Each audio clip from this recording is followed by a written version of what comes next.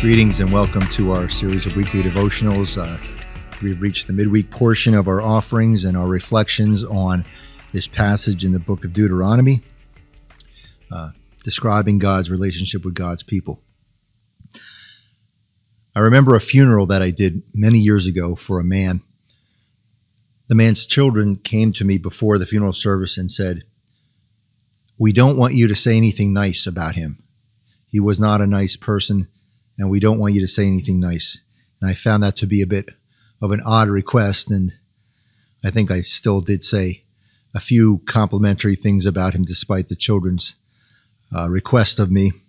Normally for memorial services, you sort of strive to say something positive, to find the good points, the good parts of a person's life to kind of reflect upon. Even if the person wasn't really a great person, you like to say something nice about him anyway. And certainly in this particular passage, this creed that is written in this chapter 26 of the book of Deuteronomy, some glowing things are said. Some very nice and complimentary things are said by the people of God about God. They praise God and the actions of God in their relationship with God. But the reality is that in that relationship, things were not always smooth.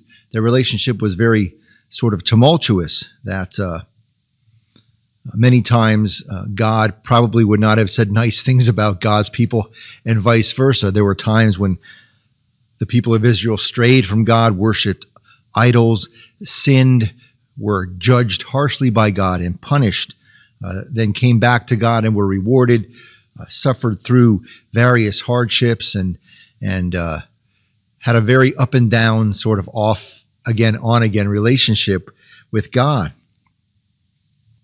And yet in this passage, they reflect and speak so glowingly about God.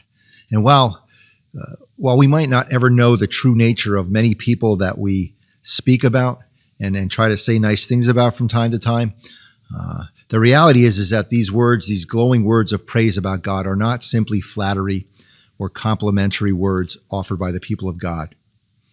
They attest to the nature of God, that despite the times that God's people have strayed, despite the sins, despite the tumultuous relationship that they have experienced, the God that they worship is steadfast and true and loyal and dependable. And over again, God has come to the aid of God's people, even when they weren't very nice people, even when they didn't deserve it.